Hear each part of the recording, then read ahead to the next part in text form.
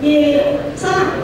從來沒有人見過神，我們若彼此相愛，神就住在我們裏邊，愛他的心在我們裏邊得以完全了。你一句約翰一書邊度啊？4章12節。好，4章12節。耶穌咧可以咧從天上邊走到嚟世間，又從世間咧行翻上十字架，就係為咗你嘅罪。耶穌好清楚話俾我哋知，呢份愛其實應該係個家庭裏邊，愛源自家庭，愛係家庭裏邊一個嘅基礎。如果今日你面對嘅係爸爸媽媽成日嗌交，面對嘅係爸爸媽媽離婚，面對嘅係爸爸媽媽分愛情，你裏邊一定好多空洞，好想揾好多異性嘅愛，好想成日去拍拖，但係呢個唔係真實嘅，都係一個虛擬嘅世界裏邊。但係呢個神話俾你知，喺佢嘅裏邊，喺佢嘅裏邊先至係最真實。喺頭先讀嘅聖經裏邊第15節啊，第4章15節話：凡認耶穌為神嘅兒子，神就住喺佢嘅裏邊，他也住在神嘅裏邊。乜嘢係認耶穌啊？你知唔知咩係認耶穌啊？你望下咯喎，我信耶穌第一朝去起身。你望下周圍，佢哋就係認耶穌喎，認耶穌嘅人啊，呢班就係認耶穌嘅人啊。認耶穌嘅人係講緊乜嘢啊？佢信啊，佢信得過耶穌啊，佢願意將生命嘅主權交俾耶穌啊。我哋請坐。即係點解係咁嘅時候，呢一班企喺度呢一班人，可能喺你眼中裏邊咧係傻佬都唔定。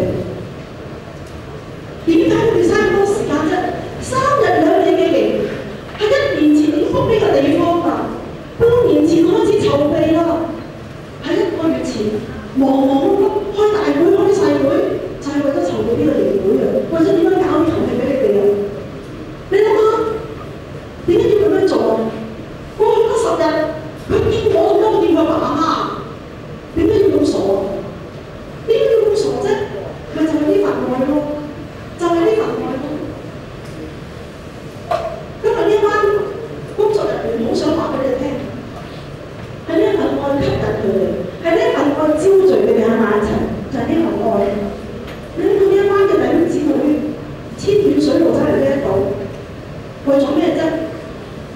就係想話俾你聽耶穌嘅愛啫，就係話俾你聽，原來耶穌嘅愛就係咁樣無條件地喺你周圍。喺你周圍啦，已經，我哋嘅神係一個無處不在嘅神。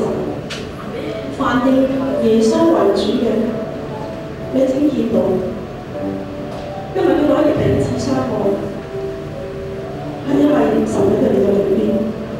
我一齊安靜，我哋閉埋眼睛，你唔使對周圍睇。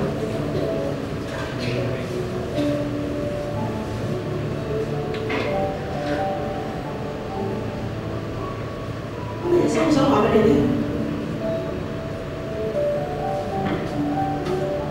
佢已經喺你嘅中間，喺你嘅生活裏邊敲緊個門。佢好想你好認真嚟思想一下，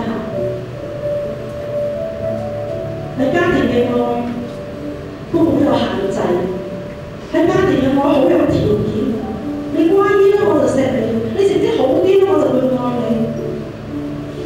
人世間嘅愛好有條件性，雖然男女之間嘅愛都係，你愛我幾多，我就愛你幾多。